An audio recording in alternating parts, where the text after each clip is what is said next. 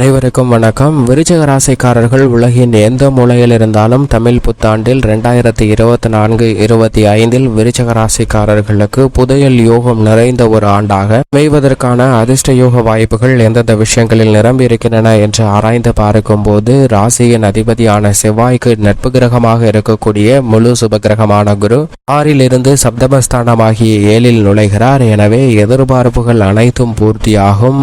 பல்வேறு வகையில புதையல் யோகம் நிறைந்து கிடைக்கக்கூடிய வகையில் குரு பல தருணங்களை மிக சிறப்பாக மாற்றி கொடுக்க போகிறார் விருச்சிக ராசிக்காரர்களுக்கு. அது மட்டுமல்லாது கேது லாபஸ்தானத்திலும் ராகு பூர்வ புண்ணியஸ்தானத்திலும் சஞ்சரிப்பதால் அர்த்தாஷ்டக சனியின் ஆதிக்கம் குறைந்து அனைத்திலும் நன்மை நிறைந்து கிடைப்பதற்கான யோகம் நிச்சயமாக உருவாகியுள்ளது. கிரகநிலைகளின் அமைப்பு விருச்சிக ராசிக்காரர்களுக்கு எப்படி உள்ளது என்று ஆராய்ந்து பார்க்கும் போது, உலகின் எந்த மூலையில் இருந்தாலும் தமிழ் புத்தாண்டு 2024-25 புதையல் யோகம் நிறைந்த ஒரு ஆண்டாகவும், அலட்சியம் இல்லாமல் செயல்படும் போது பல்வேறு விஷயங்கள்ல திடீர் அதிர்ஷ்ட யோகம் நிறைந்த ஒரு தருணமாகவும் அமைவதற்கான வாய்ப்பும் சாத்தியக்கூறுகளும் உள்ளது என்பதை நவ கிரகங்களின் அமைப்பு தமிழ் புத்தாண்டில் உறுதிப்படுத்துகிறது. தமிழ் புத்தாண்டை பொறுத்த வரைக்கும் கிரகநிலைகள்ல மிக பல மாறுதல்களை சந்திக்கக்கூடிய ஒரு ஆண்டாக பார்க்கப்படுகிறது. அதிலும் குறிப்பாக குரு தமிழ் புத்தாண்டு துவங்கிய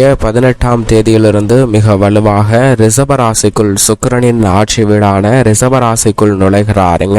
மனித வாழ்வுல மிகப்பெரிய அளவுல சௌகரியத்தையும் செல்வ செழிப்பையும் திடீர் அதிர்ஷ்ட யோகங்களையும் நிறைந்து கொடுக்கக்கூடிய சுக்கிரனின் ஆட்சி வீடான ரிஷபராசிக்குள் நுழைவது நீங்கள் எதிர்பாராத பல நல்ல செல்வ செழிப்புகளை நேர்வழியில் கொடுப்பதற்கான வாய்ப்பையும் யோகத்தையும் முழு சுபகிரகமாக இருக்கக்கூடிய குரு ஏற்படுத்தி கொடுக்க போகிறாருங்க. அவருடைய சஞ்சார அமைப்பின் காரணமாக சில தடைகள் வந்தாலும் கூட அவருடைய சுப பார்வை மிகவும் வலுவாக பல்வேறு இடங்களை வலுப்படுத்துகிறது. குரு பார்க்கின் கோடி நன்மை என்று சொல்லக்கூடிய வகையில் குருவின் சுப பார்வை பல்வேறு இடங்களை வலுப்படுத்துவதால் பல்வேறு விஷயங்கள்ல இருக்கக்கூடிய காரிய தடைகள் சிரமங்கள் விலகும். பொருளாதார ரீதியான சிக்கல்கள் விலகி நல்ல முன்னேற்றம் கிடைப்பதற்கான வாய்ப்பு உருவாகி உள்ளது என்பதை முழு சுபகிரகமாக இருக்கக்கூடிய குரு உறுதிப்படுத்துகிறாருங்க. இந்த தமிழ் வருடம் 2024 சித்திரை மாதம் துவங்கிய 18ஆம் தேதிக்கு பிறகு ரிஷபராசியில் அமரக்கூடிய குரு இந்த தமிழ் வருடம் முழுவதுமே ரிஷபராசியில் தான் சஞ்சரிக்க போகிறார். எனவே எதிர்பாராத பல சந்தர்ப்பங்களை நிச்சயமாக ஏற்படுத்தி கொடுப்பார். அதே சமயம் வக்ரகதியிலும் குரு வலுவிழந்து சஞ்சரிப்பாருங்க. அந்த தருணங்கள்ல சின்ன சின்ன மாறுதல்களை சந்திப்பதற்கான சாத்தியக்கூறுகள் உண்டு. அந்த நேரத்தில் விழிப்புணர்வுடன் செயல்பட்டால் பல சிரமங்களை விலக்கி நன்மை நிறைந்தவையாக மாற்றிக்கொள்ளக்கூடிய யோகம் நிச்சயமாக கிடைக்கும். ஆயுள்காரகனாக இருக்கக்கூடிய சனி பகவான் மிக வலுவாக தனது சொந்த ராசியான கும்ப ராசியில் ஆட்சி பலம் பெற்று அமர்ந்திருக்கிறாருங்க. இந்த தமிழ் வருடம் முழுவதுமே அவர் தனது சொந்த ராசியான கும்ப ராசியில் ஆட்சி பலம் பெற்று அமர்ந்து சஞ்சரிப்பார். எனவே நீங்கள் எதிர்பாராத பல அதிரடியான மாற்றங்கள் தொழில்துறை, வியாபாரத்துறை, உத்தியோகம் சார்ந்த பணிகளில் நிறைந்து கிடைப்பதற்கான யோகம் நிச்சயமாக உண்டு. அவர் ஆட்சி பலம் பெற்று வலுவாக அமர்ந்திருக்கக்கூடிய இந்த வேளையில் வலுவிழந்து வக்ரகதியில் திரும்பினாலும் கூட பெரிய அளவிற்கு சிரமம் ஏற்படாது. நல்ல முன்னேற்றத்தை நிறைந்து கொடுக்கக்கூடிய வகையில், அதிலும் குறிப்பாக கும்பராசியில் அமர்ந்திருக்கும் போது குடமாய் நன்மையை நிறைந்து கொடுக்கக்கூடிய வலுவான அமைப்பில் வீற்றிருக்கிறார் சனி. எனவே இதை சரியாக பயன்படுத்தி கொண்டால் உச்சபட்ச வளர்ச்சி நிறைந்து கிடைப்பதற்கான யோகம் தங்களுடைய வாழ்வில் நிறைந்து கிடைப்பதற்கான வாய்ப்பும் சந்தர்ப்பங்களும் உள்ளது என்பதை தெளிவாகவும் துல்லியமாகவும் உறுதிப்படுத்துகிறார். நிழல் கிரகமாக இருக்கக்கூடிய ராகு மற்றும் கேதுவின் அமைப்பை பொறுத்த வரைக்கும் நிஜ வாழ்க்கையில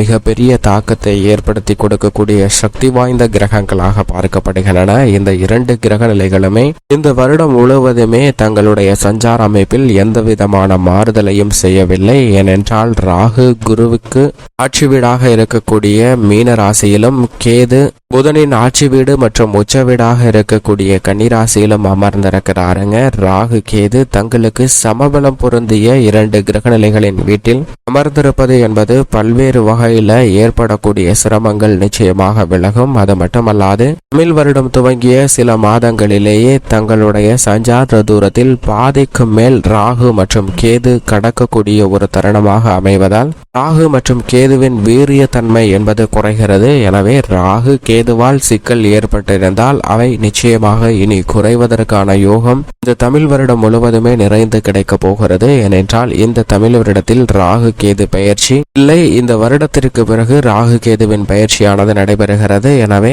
பல அற்புதமான மாறுதல்களை நிழல் கிரகமாக இருக்கக்கூடிய ராகு மற்றும் கேது தங்களுடைய வாழ்வில் ஏற்படுத்துவதற்கான சாத்தியக்கூறுகள் உண்டு. அதிலும் குறிப்பாக புதையல் யோகம் நிறைந்த ஒரு ஆண்டாக மாற்றுவதற்கான யோகத்தை மிக வலுவாக கொடுக்கின்றன.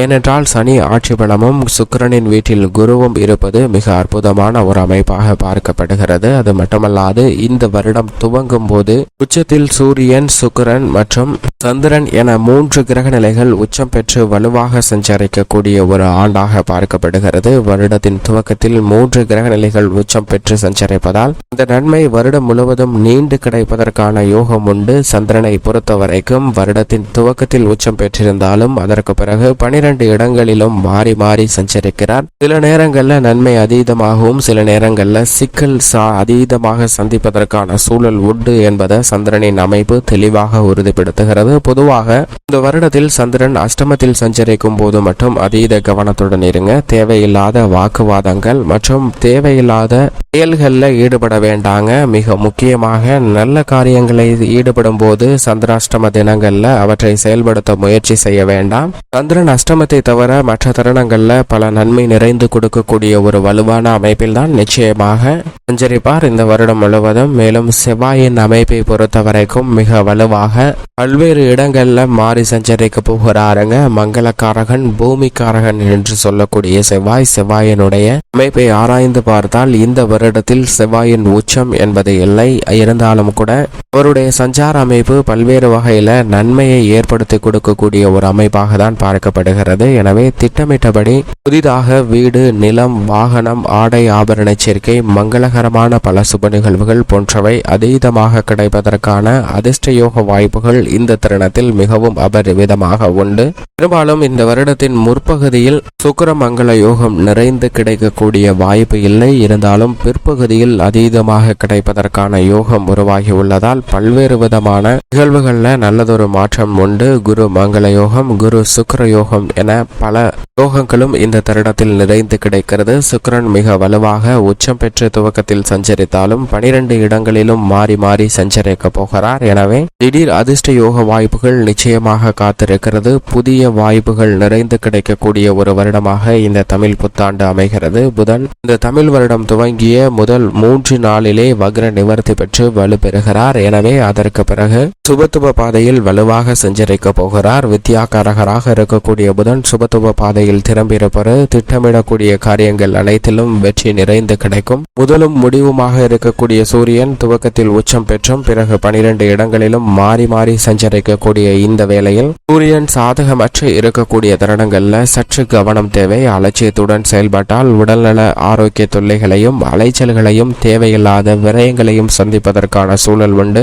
எனவே இவற்றை தவிர்க்க வேண்டும் என்றால் நிச்சயமாக அலட்சியத்தை தவிர்த்து கவனத்துடன் செயல்பட வேண்டிய ஒரு ஆண்டாக அமைந்துள்ளது என்பதை தெளிவாக உறுதிப்படுத்துகிறார். இருந்தாலும் இந்த தமிழ் புத்தாண்டில் பெரும்பான்மையான கிரக நிலைகள் அதீத நன்மையும் முன்னேற்றத்தையும் அள்ளி கொடுக்கக்கூடிய வலுவான அமைப்பில் சஞ்சரிக்கின்றன. அதிலும் குறிப்பாக வருடத்தின் துவக்கத்தில் சூரியன், சுக்கிரன் மற்றும் சந்திரன் ஆகிய 3 கிரக நிலைகள் உச்சம் பெற்றும் பிறகு வருடத்தின் மத்திய பகுதியில் புதன் உச்சம் பெறுகிறார். இந்த 4 கிரக நிலைகளின் உச்சம் நிறைந்த ஆண்டு நிச்சயமாக பல்வேறு விஷயங்களில் ஏற்படக்கூடிய தடைகளை விலக்கி நன்மையை நிறைந்து கொடுக்கக்கூடிய ஒரு தமிழ் புத்தாண்டாக இந்த வருடம் அமைகிறது என்பதை கிரகநிலைகள் தெளிவாகவும் துல்லியமாகவும் உறுதிப்படுத்துகின்றன. இப்படி கிரகநிலைகளின் அமைப்பு இருக்க விருச்சிக ராசிக்காரர்களுக்கு முழு சுபகிரகமான குரு சப்தமஸ்தானமாகிய 7ஆம் இடத்தில் நுழைந்திருப்பது எதிர்பார்ப்புகள் அனைத்தையும் பூர்த்தி செய்யக்கூடிய ஒரு அமைப்பாக பார்க்கப்படுகிறது. கலஸ்திரஸ்தானம், சப்தமஸ்தானம் என்று சொல்லக்கூடிய 7 வலுப்படுவதால் காதல் திருமணம், நிச்சயிக்கப்பட்ட திருமணம் என மங்களகரமான பல சுப நிகழ்வுகள் நடைபெறும். புத்திர பாக்கியமும் இந்த தருணத்தில் நிறைந்து கிடைக்கும். அதைவிட குரு பார்க்கின் கோடி நன்மை என்று சொல்லக்கூடிய வகையில் குருவின் சுப பார்வை ஜென்ம ராசியில் அதீதமாக பதிகிறது. அது மட்டுமல்லாது 3 மற்றும் 11ஆம் இடத்திலும் கிடைக்கிறதுங்க. வெற்றி குறித்தான இடத்திலும் லாபஸ்தானத்திலும் விருச்சிக ராசிக்காரர்களுக்கு குருவின் சுப பார்வை பதிவதால் இந்த தருணத்தில் எந்த காரியத்தை கையில் எடுத்தாலும் அவை வெற்றி நிறைந்தவையாக மாற்றிக்கொள்ள முடியும். எனவேதான் புதைய புதையல் யோகம் கிடைக்கக்கூடிய வகையில் பல நன்மைகள் அதிரடியாக விருச்சிக ராசிக்காரர்களுக்கு கிடைப்பதற்கான அதிர்ஷ்ட யோக வாய்ப்புகள் நிறைந்த ஒரு ஆண்டாக இந்த தமிழ் புத்தாண்டு அமைந்துள்ளது என்பதை தெளிவாக உறுதிப்படுத்துகின்றன.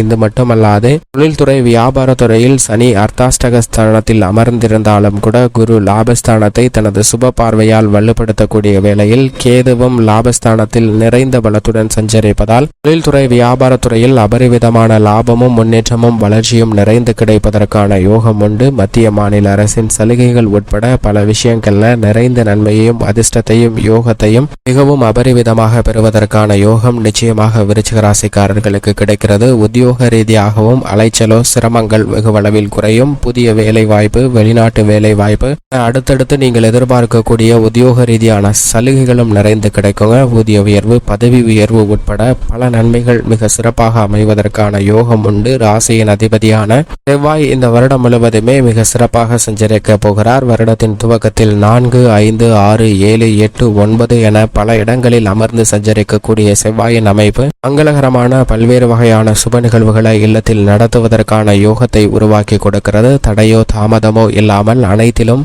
மிக சிறப்பான காரிய வெற்றி பெறுவதோடு மட்டுமல்லாது இல்லத்தில் மங்கள ஓசை கேட்பதோடு பல புதிய சொத்துக்கள், அசையும் அசையா சொத்துக்கள் வாங்குவதற்கான யோகத்தையும் உறுதிப்படுத்துகிறது. சுக்கிரன் வருடத்தின் துவக்கத்தில் 5இல் உச்சம் பெற்றிருக்கிறார். 12 இடங்களில் மாறி சஞ்சரித்தாலும் கலைத்துறை, அரசியல் துறை சார்ந்த பணிகளில் புதிய வாய்ப்புகளை நிறைந்து கொடுக்க போகிறாருங்க. திட்டமிட்டபடி அனைத்து விதமான பணிகளிலும் தடைகளோ தாமதமோ இல்லாமல் சுக்கிரனின் அமைப்பு காரணமாக நல்ல வளர்ச்சி நிறைந்து கிடைக்க போகிறது. அரசியல் மற்றும் கலைத்துறை சார்ந்த பணிகளில் வெற்றியும் கூடுதல் பொறுப்பும் மக்கள் மத்தியில் செல்வாக்கும் நிறைந்து கிடைக்கும். வித்யாகாரகராக இருக்கக்கூடிய புதனும் வக்ர நிவர்த்தி பெற்று சுபத்துவ பாதையில் சஞ்சரிக்க போகிறார். எனவே கல்வியில் நினைக்கிற நல்ல வளர்ச்சியும் முன்னேற்றமும் உண்டு. எதை செய்தாலும் சிந்தித்து சிறப்பாக செயலாற்றுவதற்கான அதிர்ஷ்ட யோக வாய்ப்புகள் நிறைந்து கிடைக்கிறது. அது மட்டுமல்லாது சூரியன் பெரும்பாலும் ஆளுமையும் அதிகாரமும் நிறைந்து கொடுக்கக்கூடிய ஒரு அமைப்பில் தான் இந்த வருடம் முழுவதும் சஞ்சரிக்க போகிறார். அதிலும் ரூணரோக சத்ருஸ்தானத்தில் வருடத்தின் துவக்கத்தில் உச்சம் பெற்றிருக்கிறார். எனவே கடன் சார்ந்த தொல்லைகள், ஆரோக்கிய தொல்லைகள் போன்றவை விலகி